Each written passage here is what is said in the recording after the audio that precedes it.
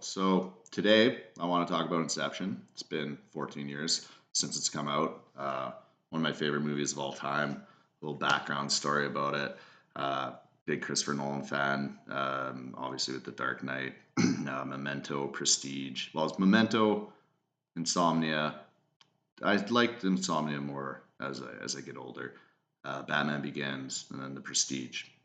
Prestige is what really actually like Memento is amazing. That's what like gets your attention with them. But Prestige is like one of my favorite movies because it's all about being a filmmaker and the magic trick of being a filmmaker and showing and not telling, right?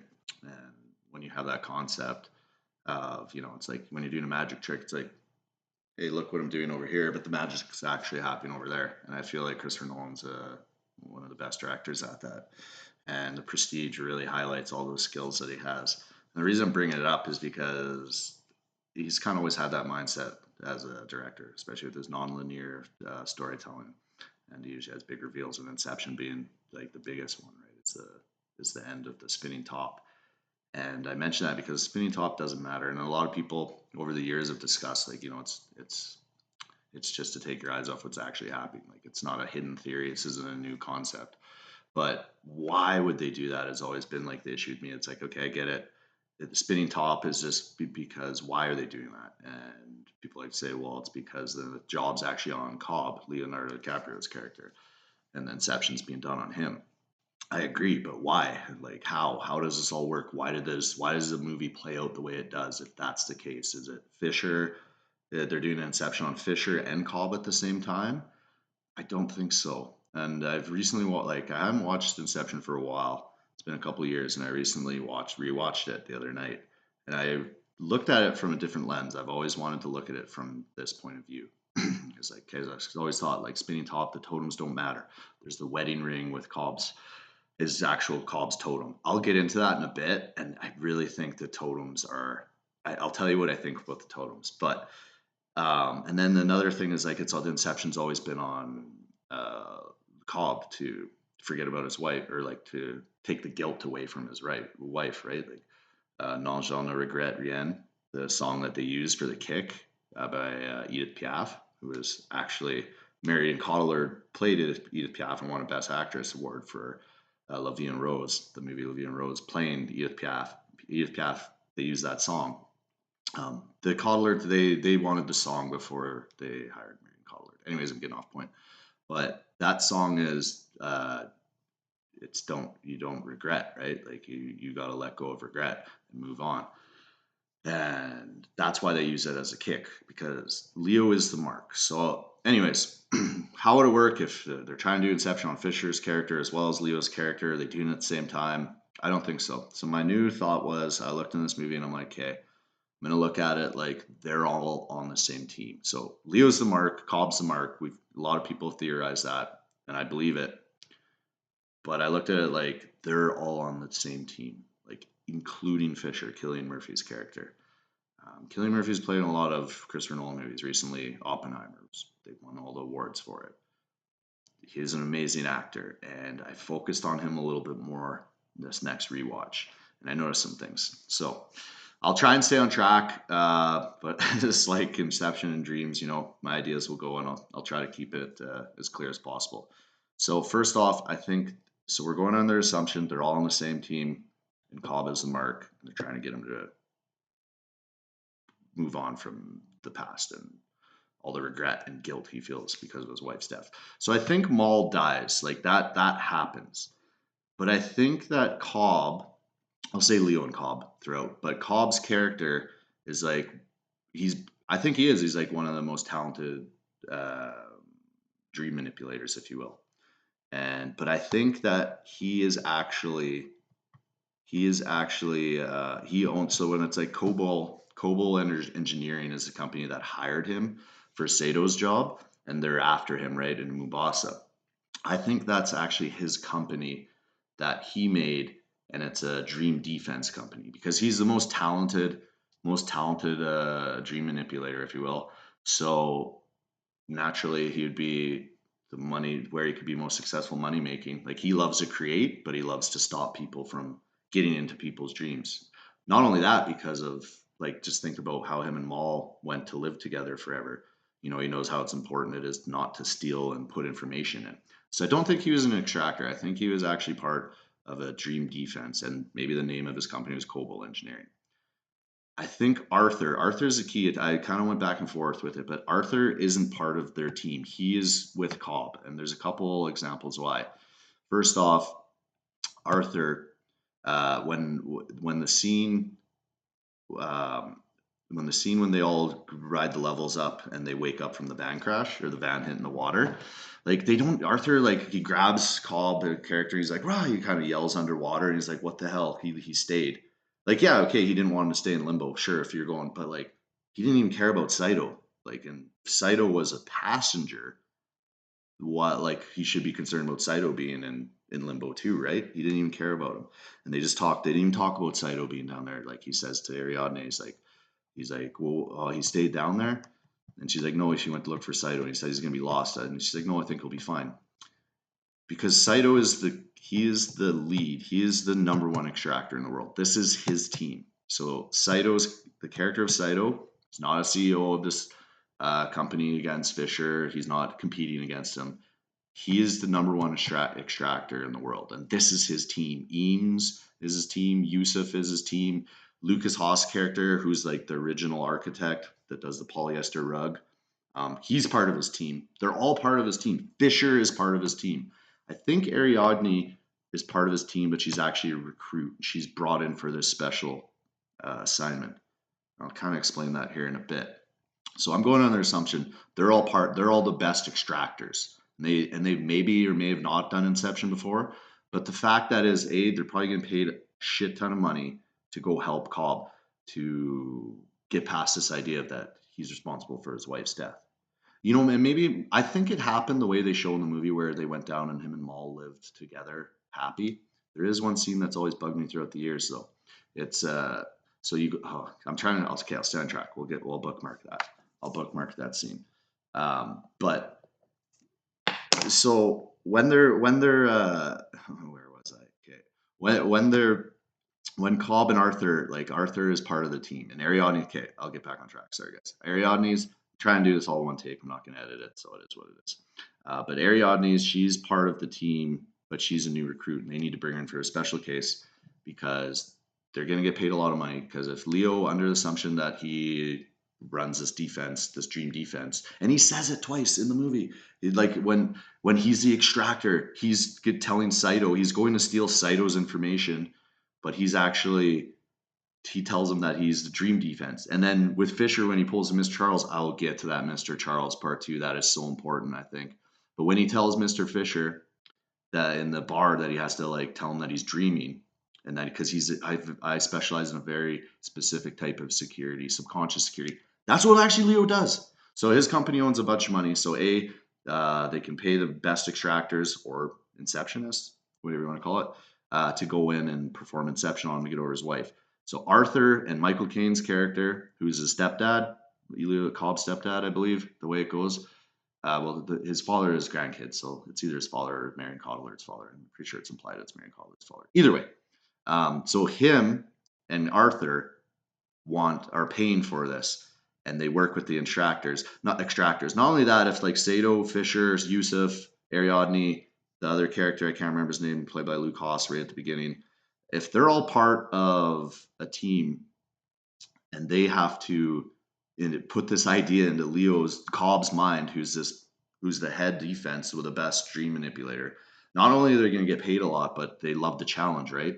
And I think they hint at it a little bit because, again, I could be totally batshit crazy and maybe I'm reading too much into this. But when Arthur and Eames, so Joseph Gordon-Levitt and Tom Hardy's character, their banter is like, it's played off like they've worked against each other so much and now they get to work with each other. It's the first time because that's why like Eames is like, oh, Arthur, he's the best at what he does, but he has no imagination. I think that's a bullshit line to throw. It's a maze to throw away Cobb's character because I believe Arthur's the architect. So I think that's what he does. He's the one that actually built all the dream levels. And Ariadne, because when he's teaching Ariadne, like they bring Ariadne in, she's brought in to get Cobb to talk about his wife and and attack that guilt and face that guilt. She's brought in, and the reason I think she's brought in is because she's like the emotional guide for Cobb, because she's a young female. So Cobb, being a teacher, he is a teacher. He loves to teach, and that's how you get people to open up when they feel like they're teaching people and helping people. It opens them up too. It's cathartic. It's for everybody, right? And that's why they bring Ariadne in, and she's always asking questions about the wife. But that's why I feel she's a recruit or she's a specialist, is because she's brought in to help Cobb bring that up, right? But she's not the actual architect. That's why Arthur's teaching her in those scenes about the infinite staircase and the paradox, like, because she's not actually, like, she has a great mind, but he's just telling her this is what you're going to have to know to make it look like that you, when we're in the dream, this is what we're going to have to do. These are going to be my architect. This is all what I'm setting up for you, because she's going to be in the lower level because Arthur stays at his level. So she needs to know it as well. But Arthur's the one that actually built all of it. I love that, and I think that's true. And you look at the Eames character and Tom Hardy's character with Joseph Gordon-Levitt throughout the movie, their playful banter. I just feel like Arthur's always tried to trick Eames and their teams, and they finally work together. It's like any business, right? It's like the iron sharpens iron. They're going against each other, but they're great at their crafts. But it's just they're on the opposite ends, and this is the first time they actually get to work together on it. So I believe that's what's going on there. Saito's the main. He's the lead of the team. So I'm gonna try and keep with it. So I'm trying to go from like start to finish, but it's a non-linear story, right? So, um, so the Mr. Charles part. So the Mr. Charles part is when Leo. Okay, actually, I'll slow down. So I've explained what I think's going on in like the characters. So I think there's actually 5 levels of dreams in the movie. Apparently, Christopher Nolan said that all the Michael Caine scenes are in reality. I think so. If not, I think the scene of him. If not, when Leo visits him in Paris, which is also where Cobal's. I believe they mentioned in the movie that's like their headquarters. And anyways, and you use Edith Piaf and just everything about that. Just kind of it because if you want to perform Inception on Leo and he's the best at what he does, you really have to make him think like he's an extractor, and this is what he actually does, and it's all part of the ruse. The lie, the greater the lie, the better, the easier it is for Leo to believe that he's in this world and he's going to get where he needs to go in terms of forgetting about his wife. So that scene with Michael Caine, it's important too because he's like says, get like come back to reality, Dom. He says that, and he's like, this job is my chance to get back to reality. And he asks him, why can't you build it yourself then? In terms of the maze, like because he's there to get an architect. He's like, why can't you build yourself? He's like, I can't because I'll bring those projections in. That's what they want him to think.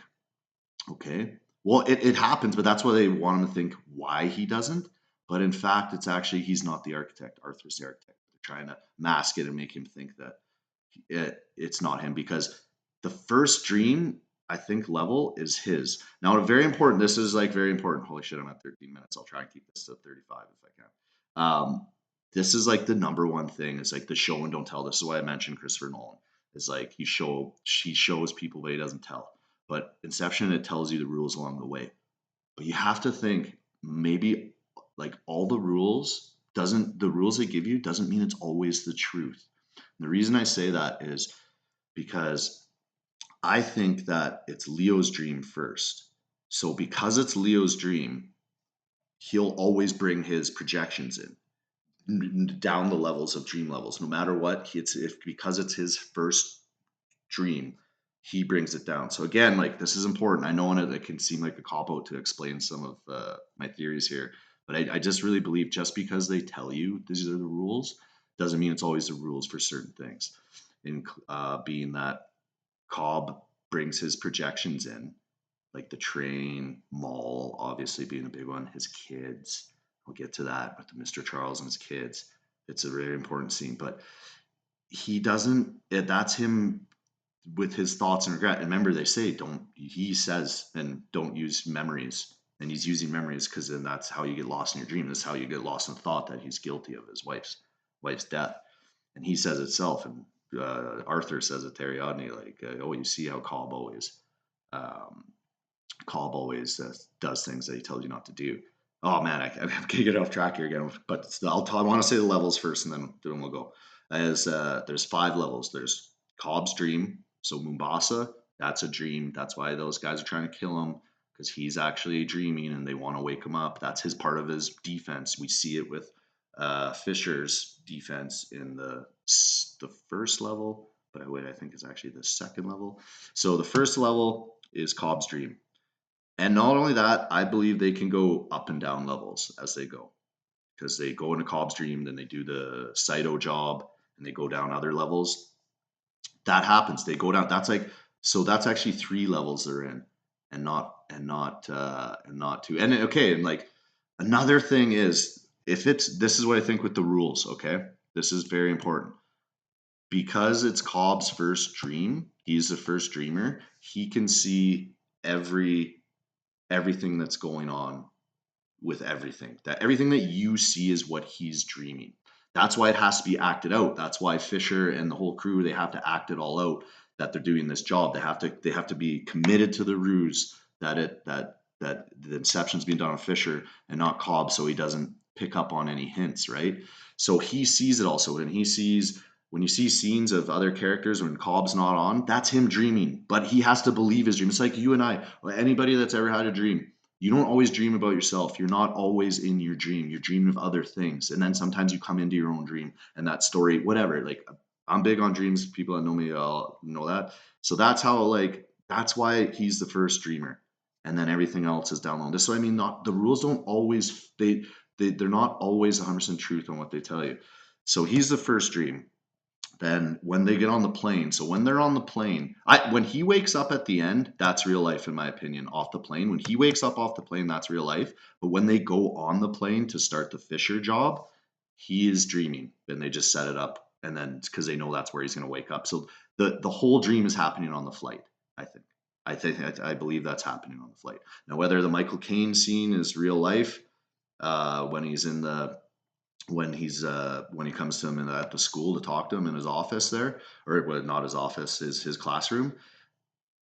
I actually do. I think Christopher Nolan's bullshitting. That's not real. I think that we've seen Eames can forge into any character. Michael Caine's character could just as easily be Eames there, and that's all part of the dream. It literally can be, and that's why they give him Ariadne because she's part of the crew. It could very easily well be Eames there. Okay, so the second dream is actually Yusuf's dream. It's supposed to be the first dream. You're told it's the first dream, and then when it's raining, the raining level, that's the second dream. And then the third dream's Arthur's in the hotel. And then the fourth dream is Eames's dream in the snow fort. And the fifth dream is Saito's dream, which is you're told is limbo, but it's the fifth level. It's Saito. Saito was always going to get shot. We don't need he shows he's like when they are in the cab, he's like, "Oh, is everybody okay?" And then Saito, and you see in Saito shot again. That's for Cobb to see. Cobb's seeing that in his dream, so they have to act it out. They have to make it authentic. The ruse has to be real. The magic trick has to be real for Cobb, or else the whole thing falls apart. They always have to commit to the lie, right? Um, so that, and I believe Saito's is the fifth dream. He was always supposed to go because he is the actual. He runs the team. He's the number one extractor in the world. So he was always gonna. And I love the little line of Eames when Eames says, "We got no room for passengers on this job." So Mr. Saito, he's like, "On this job, in fact, we do." That's all a ruse to throw Cobb off. They're fucking on the same team. And he even like at the end, like when Saito's about to go in limbo and they're in the snow cave and he's throwing the grenades down, and Eames like comes to him, he's like, "You gonna be all right?" Straps him with some more grenades or whatever, and he kind of laughs at him. He's like, "No room for a passenger on this job," and they laugh it off, but it's like fuck, man. If this wasn't the case, if Saito wasn't on the team, he's about to go in limbo and like his mind, he'll be lost, just turn to scrambled eggs. His whole life's done. But it's so nonchalant how they joke about it, and I don't think that's by accident. I think it's because they said, "Oh, Saito's the passenger," but he's the fucking lead of the team. I'm so convinced of this. Okay, and that's why they have those little scenes. So where are we at in the movie? Okay. Um, so, oh yeah, so I wanted to say the dream. This is a really like big thing that for this viewing that like threw me off. And I'm like, what the fuck? I never realized that before. It might just be nothing. I'll explain where it might be nothing. But so when they're about to go in the snow level, which is in my theory is the fourth level, they say Ariadne, they're strapping up Fisher and Browning, his projection of Browning. So Browning's Tom Berenger's character. He's like worked with his father, and he gets that's who Eames you like forges into, right? Browning. So when they're in that level at the hotel, and that's his projection, and Eames even says like, "Don't follow him." To Saito, he's like, "We want to see where this goes." Again, you'd be like, "Well, that's proof that the Fisher job needs to work." Yes, the Fisher job needs to work because if it doesn't work, the whole fucking thing falls apart. They have to commit to that lie. This whole Fisher thing is just a ruse. It's just a ruse. They have to commit to it. And again, I'm going the assumption against Coppola that if it's Leo's dream, his first dream, he sees all of this, right? He doesn't know. It's just like an energy. Okay. And so he sees Tom Berenger. That's his projection. And they're like, oh, we can use this. And it's just like how Cobb is making shit up as he goes throughout the whole job, right? He's like, oh, we can use this, we can do that. We're switching up. We're supposed to be here. It was always supposed to go this way, but Cobb thinks it's not. This is always the plan for them. And anyways, so that's why they're making up as they go too. I still haven't got to the totem. Oh my god, we're in 21 minutes in. Okay. So then we're at sorry, relax here. Yes, Cobb's okay, so they're going into the dream of the snow cave, and they set Fisher up, and he tells Ariadne she's like, whose subconscious are we going into? And he says, we're going into Fisher's, but he thinks it's Browning's. But and I could just be misreading like who's dream and subconscious. So I'll admit this is like the one little snag that I'm like, I would love to hear somebody else's point of view, prove me wrong or whatever on this one. But I always noticed they always said they're going into Fisher's subconscious, and I always like interpreted it, well, they're going into his dream because that's kind of how we've shown. Again, the rules always right, but it's Eames's dream because Eames gets the headphones on for Wake Up of the Kick.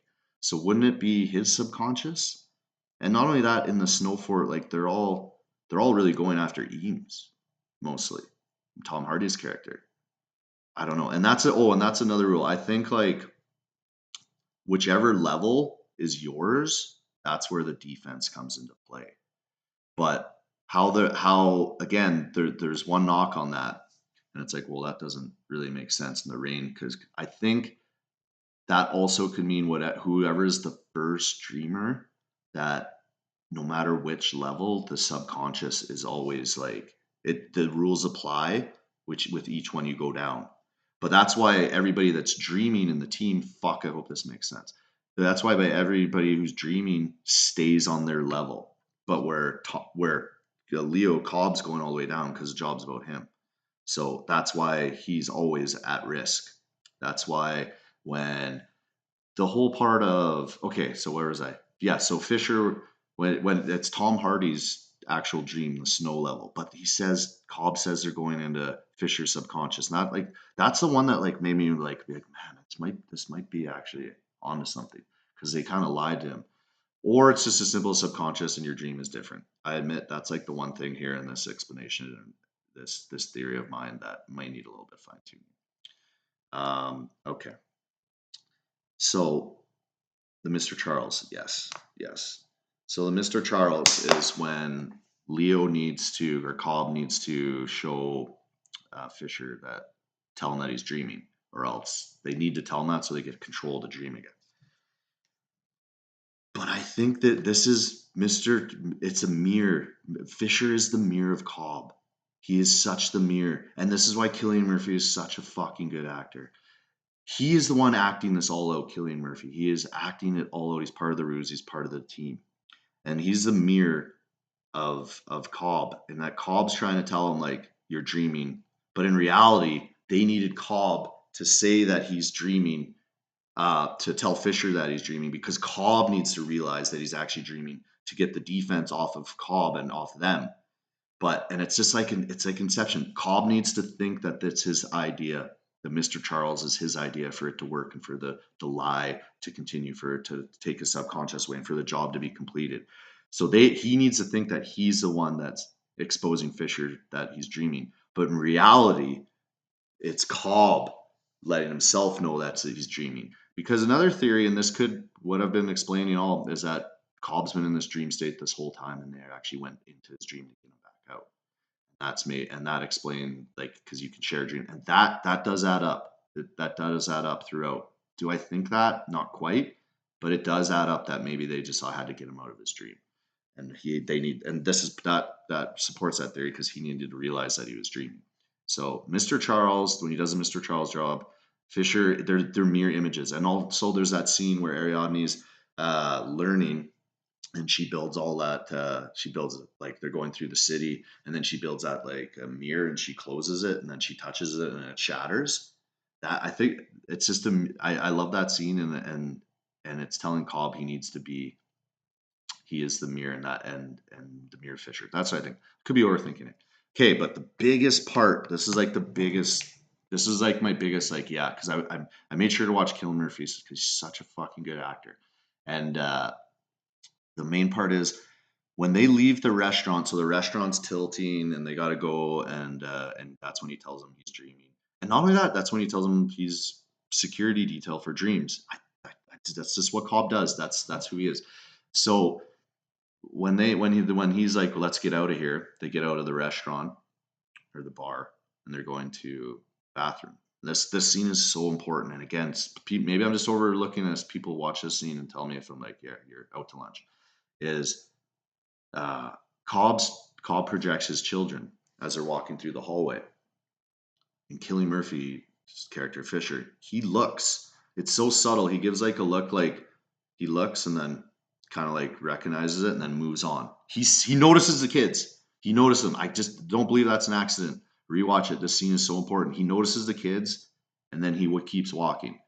And for me, that's just like, he knows that. He's like, okay, Cobb's starting to project his images and get right into his memories, and he's really losing himself again. I think that's like the key. And not only that, when the train comes through, that is Cobb's image, right? Like when the train comes through, the rain sequence, the first dream, second dream, in my opinion, is the train comes through, and that train that's his part of his defense. That's part of his defense, and it's obviously very important because that's how him and Maul woke up, as they laid on the tracks there, and the train ran him over. But that's part of his dream defense. And that's just like I said, when it's his dream, it's his first dream, he can always bring in his projections. Because they say like, oh, I can't build anymore because I bring in my projections. Where Ariadne uses that excuse to go into that she was never supposed to go on the job, but she uses that as an excuse of, I'm doing it for the other team members because they have no idea what they're getting themselves into. They all know what they're getting themselves into. They just use that as a reason to perform the ruse of this job, this Fisher job. That's all it is. And Ariadne, she uses those reasons to get on. She was always going in on it. She was always going to be on the job. She was always going in because she's an emotional sport. She goes down when she catches Cobb dreaming. And again, I'm already going to probably reach an hour. So fuck it. Like when he's going into his memories, that's like why it's dangerous. He has his memory storage there in that little elevator, and he goes down his memories, and like the surfer's house on the beach with the kids, and then there's the basement. He's like, don't go into that level. That's what Ariadne's. That's her job. That's why she's there. She's exposing it. She was always going to go down there, and expose it. But I think they fed her little information because there is a scene where, and again, this scene proves that Arthur knew Cobb before and was close to him, as well as it proves that he's never worked with Ariadne, and it also proves that Ariadne doesn't really know what's going on. It's because she says like, oh, when they talk about when he's teaching her the infinite staircase paradox level, when Arthur's teaching Ariadne that, they have the discussion about like, oh, they're still married. Like she legit, genuinely did not know like if she was still alive or what. She had very little information going on this job, and I think it was better like that. And that's how you get that natural. That's why she didn't knowing less is more, because when she's naturally getting this information out of Leo about his wife and confronting, and if she knew all the answers, then it wouldn't seem authentic, right? It's like, oh, don't think of elephants. And she's like, oh, don't think you're right. Like she actually didn't know, and it's better for the job to perform. That's why they brought her as an outsider, because she didn't know. Pardon me. But her job might, like, she might just be like a really great therapist, right? Something like that. And that's why she's brought. So, like Arthur says, she's like, well, what was she like in real life? Because she's dead now. That's just a projection of his wife. And then she asks, what was she like in real life? And Arthur says she was lovely. So that's proving that Arthur has a connection, a relationship with Cobb, knew Maul. So that's why I think Arthur is part of his security team. So they have that, and then also I love there's the when they're actually in the dream and he's like, give me a kiss, see if it works. He's like, no, it didn't work. Worth a shot. So like obviously that's just showing it's just a cute scene, but also like a relationship hasn't been formed there with Ariadne and Arthur, and it just reinstates that. Okay, so we're at the, let's see here. Okay, the totems. I might as well talk about the totems now. Okay, so the totems, I've always thought they're just a distraction. I don't even like, so they're Maul's idea. That's the key too. Cobb says it was Maul's idea.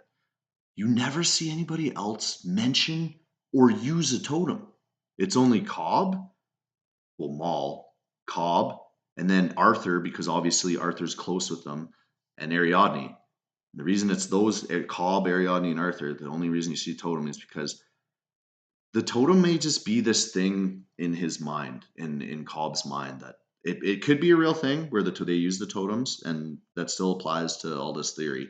But I kind of think it's like just this thing that Maul came up with, and him and Maul came up with. Nobody else uses it, and you don't really need it. It's for people that go deep in their dreams like they do, or that, or maybe like, actually, to be honest, I think it's more just he's been stuck in this regret that it's just he kind of formed this idea with her. So it doesn't matter, but they know that it matters to him. So they have to play along with that ruse as well with the totems. Because you never see, and like if the totems are such like a well-known thing, then why is Arthur explaining the totem to Ariadne, right? Like, so we're going on the theory that Ariadne knows about dreams first. Like she knows this she knows she's going into a dream. She doesn't know about Cobb's background. Well, so why would he have to explain the whole totem thing to Ariadne? Well, he has to explain it to her because A, it's Cobb's first dream and he can see all this, and B, he is also explaining to her how it works in these rules in this dream, because everybody's dreams have different rules, right? So this is the rules of Cobb's dream. Does that make sense? So I don't think the totems really matter. And there's also a scene, I don't think totems matter because I never thought, because it's always just supposed to distract you. Like this is where, like, oh, if the totem doesn't fall, but that's all that Cobb needs to use. And there's that scene when he tries to spin it, and after he goes, like when he's in Mubasa, he meets up Yusuf. He tries out that formula to go into dreams in that little dream shack there, dream cafe, if you will. And he has that conversation with the older guy, like, who are you to judge? But now their dream is the reality. Who are you to judge? That's a big part of it too, because I think that's all part of that could be just his subconscious telling him, like, that old man could just be Cobb's subconscious telling him that. But there's a scene where he tries to spin the top and then he grabs it and it falls, and Saito's there and he's like, everything all right, Mr. Cobb? I think Saito is there because it's his job. His job. It's his team, and he's making sure he's seeing where Cobb's at, and because they need to see where Cobb's at all the time, because it's just like when they need to see where Fisher's at to perform Inception on Fisher, they need to see where Cobb's at and where his mind's at, because it's changing. It's always changing, right? Okay, so getting a little off track here. Let me just look at my notes here. Okay, so this is a scene that always bothered me. This is like the one that just never made sense. So if you're going under the assumption that Cobb's totem is a wedding ring, fair enough. A lot of people have that. Sure, I just don't think the totems, like, they don't matter at all. They're just part of Cobb's. That's just Cobb's idea. Maul, his wife, and his idea. Maybe it's just his, and that's just his idea. Nobody ever uses it, and everybody's dream's different. But the one thing that always bothered me. So if we're going on, this is why I always thought something was off, and I didn't quite have it figured out. If we're going under the assumption that, okay, Cobb's totem is his wedding ring, There's this scene where he's telling Ariadne about when Maul kills herself. He goes in the hotel room, it's trash, sees the window open. He's talking to Maul through his wife. He's like, come back inside, Maul, come back inside. You see his wedding ring. You see his wedding ring. It's the same scene. Then she's like, come out onto the ledge or I'll jump right now. Great French accent.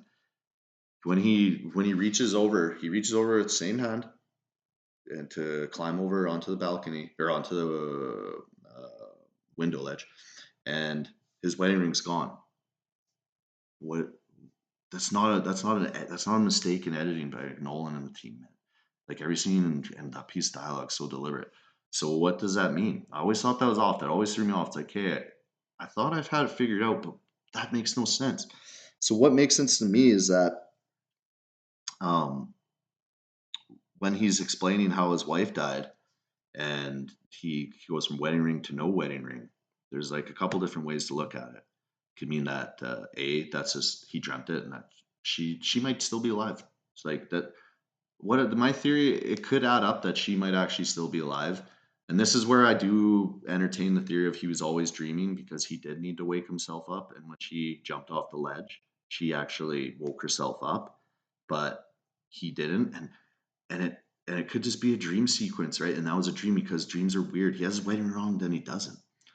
Or if we're going with that, um, that he hasn't been trapped in a dream, but they're going to perform Inception, is that Maul did kill herself, but that's his memory is, it's like, don't get lost in your memories, right? He says, don't get lost in your memories, or don't use memories for dreams because you can get lost and you won't be able to distinguish what's real and what's not. So some of that could happen, some of that not, because he uses his memories as dreams and he has that memory as dreams. When he explained it to Ariadne, that's the memory he has, but it's off because they throw that little wedding ring in that he has it, then he doesn't, because it's not how he remembers it correctly. And it's just, and that goes to reinforce more about how his dreams are, sorry, I lost track here. How his dreams are, fuck. So he has a wedding ring on. I'm not editing this, by the way, so whatever. I'm not gonna do it. He has wedding ring, and that's part. Oh yes, because he gets lost. It's just to reinforce that he gets lost in his memories, and then sometimes your dream becomes reality, and that's where it gets mixed. Some of it's part of his dream, how he remembers it. Some of it's part of uh, what actually happened. And they put that wedding ring in off to throw you off because it's just another clue that it's not part. The totems don't matter. They just don't matter. That scene just tells me it doesn't matter. I don't know if I explained that the best I wanted to be honest. So scenes can't wake up through that, and that's the whole part about death. Yeah, is the part where they use this new formula where it's like you can't wake up that way. You can't wake up from dying. Cobb needs to believe that so he doesn't kill himself. Because if they do kill himself, they might actually just wake up. But they say it's limbo. You go into limbo. Um, but I still think, yeah, no, the formula probably worked. But I think it's just goes about all part of, okay, I'm getting off track. Scrap that one. I also think, yeah, that he's always been allowed to go back to the States. It's just in his mind he thinks he can. Again, that could support the theory that maybe his wife's back home with his kids and they just don't show it at the end. Doubt it. Like they wouldn't put that in because then it would just reveal so much about what's actually going on. So his wife could still be alive and she was there and he just maybe thought she's dead. I don't think so. I think she died. But he could always go back. He could always go back. Like Saito buys the airline. That scene was always like tongue in cheek. It's like, oh, ha ha ha, that's funny. But it's also like a clue. It's like, what? He buys the airline? Like that Fischer goes when they to do the job. I always thought that was just like it was played for humor, but also it's like, no, it's just a clue that it's still a dream. And the reason I'm mentioning this, like, because he looks at Saito like when he wakes up from when the Fisher job's complete, and he's like, "Call me," or just call me. He looks at him to to let him make sure that he can get past and go back to the States. But that's just a ruse. That's just all part of the ruse. He could always go back to the States, I think. That's why his kids are always like, why aren't you here, Daddy? And it's like, well, he doesn't want to tell his kids what's going on, but also like it's just part of how he can't go. He just thinks he can't go back, but he can. Um, what else? Okay, yeah. So the willing to take a leap of faith line. So when he's like when Saito says this, there's a reason. When he first meets him and tells him about the Inception job, when they're on the helicopter, he says, "Are you willing to take a leap of faith, or become an old man filled with regret, waiting to die alone?"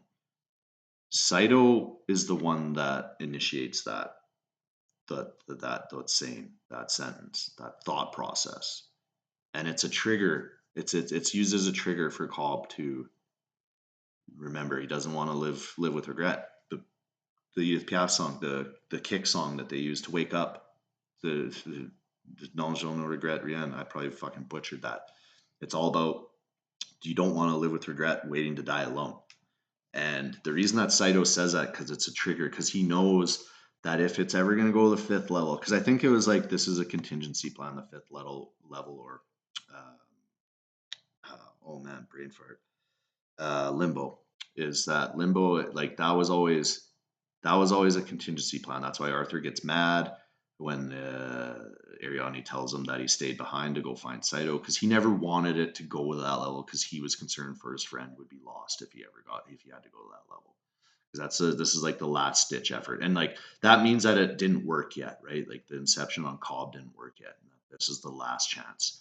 So Saito always interprets that. He says that line when he tells him about Inception, drops him off, and convinces him to Cobb to take job. And as soon as he says that line, Cobb like gives a, like, Leo, great actor, he gives a look like, okay.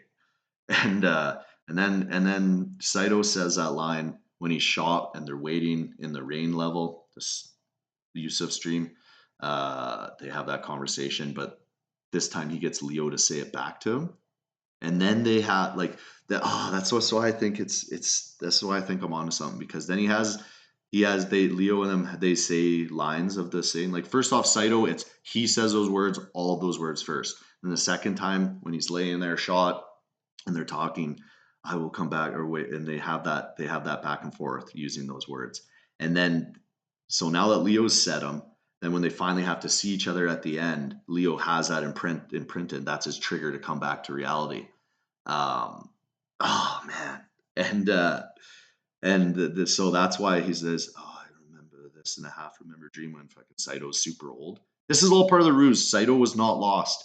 It was Cobb that was lost, and they need him to think. Cobb needed, like, that's why you need to perform accepted. You need to think it's your idea. That's why they went through all the ruse of Fischer and all this, and because Cobb needed to think that this was all his idea.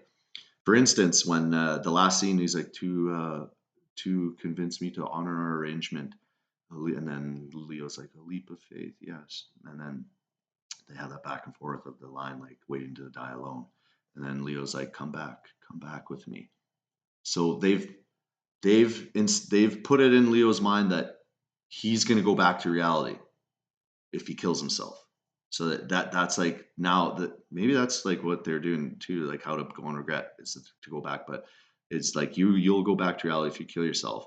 And when he passes the gun, when the top's still spinning, so this is where the totem, okay, like the totem only really means anything to Cobb. When I say like the totem's pointless, it's pointless for the audience. It's made to distract us. It only matters to Cobb because it's still spinning and he knows he's now in a dream, right? And you know what? To be honest, like that's the first time in the movie where Cobb spins the totem and it keeps spinning. And anyways, then it shows Saito is about to grab the gun, and then you just naturally think, oh yeah, Saito shot himself first. I think he passed the gun to Leo, and Cobb shot himself first, and that was Cobb needing to realize that he already moved on at that point of the movie and the job. He's already moved on, and he had that talk, like he stayed on that other level, which he thought was still limbo, but he stayed there when they thought they're in limbo, and Ariadne pushed Fischer off the ledge, and then she jumps off, and they stay behind. She's like, "Find Saito," and like it was always part of the plan. It was always part of the plan for him to do that, or as the contingency plan. It was all part of the plan. I'm just going to stick with that. But so then he has that talk with, he's like, we did grow old together, and now I need to let you go. And that's when he has that moment, and it's already worked, but now he needs to wake up. Um, and for the whole job to work, it needs to play out this way. So I don't think Saito actually like Saito Cobb killed himself first. And then there's something else I wanted to talk about too here.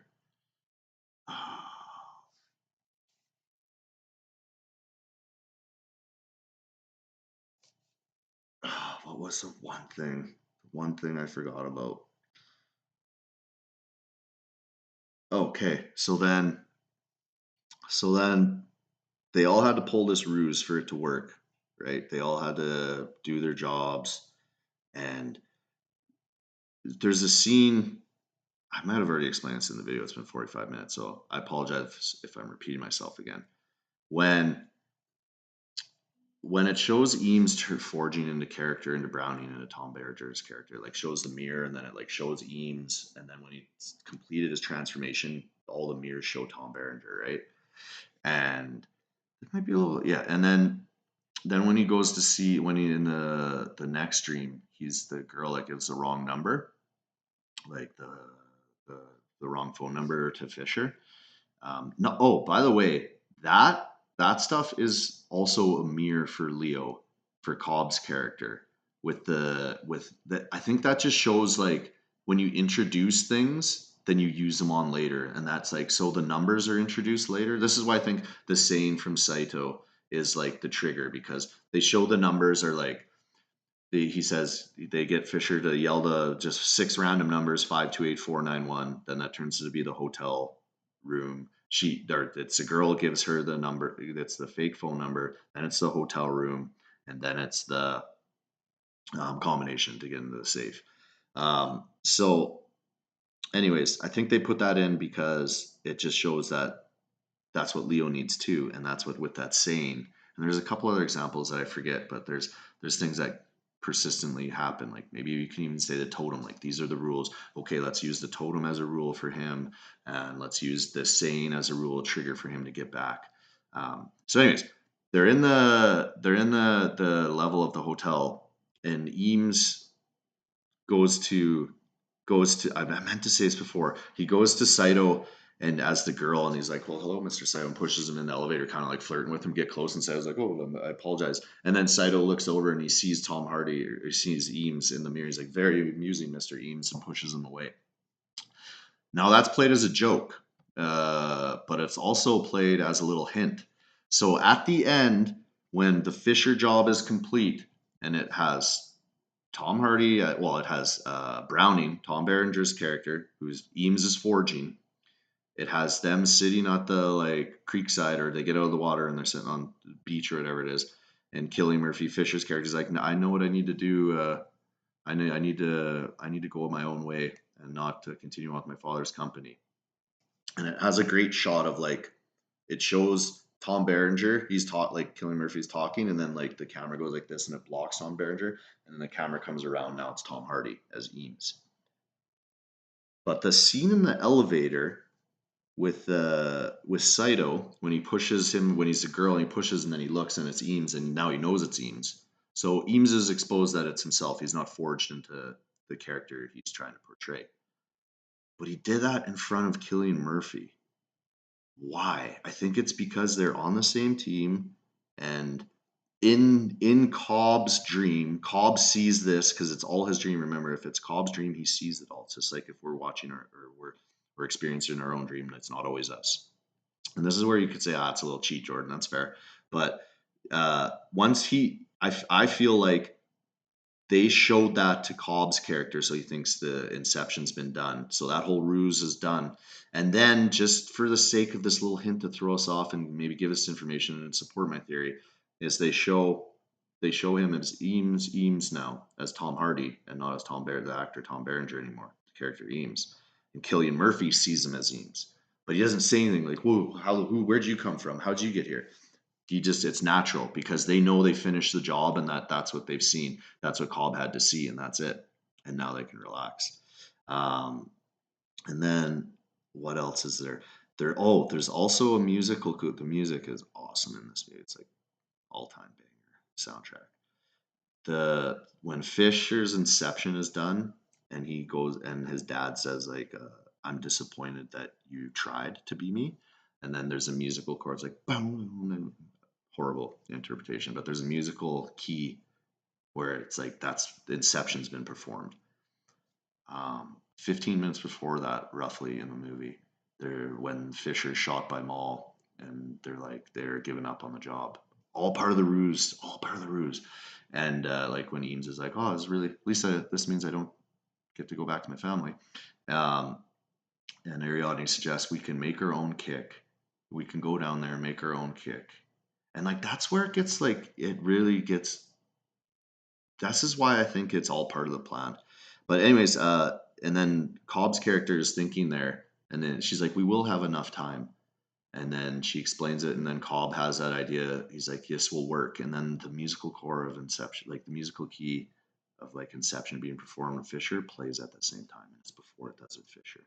So I think that's kind of like this. That's like where Inception has finally worked on Cobb's character. Again, I could be over. I could just be reading too much into that. And then I think I had one more point. So Sato gets back. So they get back. When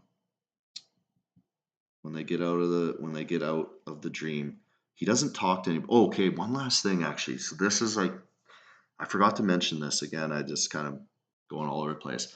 Um, they don't. Cobb never questions who Fisher is. Like all that he doesn't know about him before. He knows nothing. And you think if he knew about Saito, he'd know about Fisher because he was supposed to extract information from Saito from his competitors.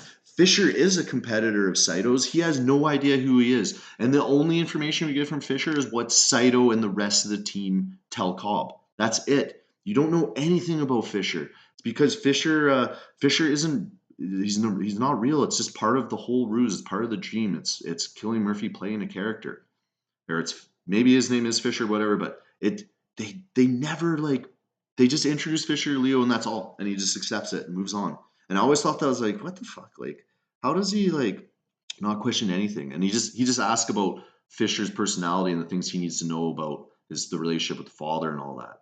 But it's also like a parallel relationship with father, relationship with your wife, and like your how he has regret there with how she died, and like how Fisher has regret with his father, how he could never make him proud. That's why I think it's the mirror. That's why I think like Fisher and Cobb, he's a mirror of him. But yeah, anyways, I think I've rambled on enough for 52 minutes about this.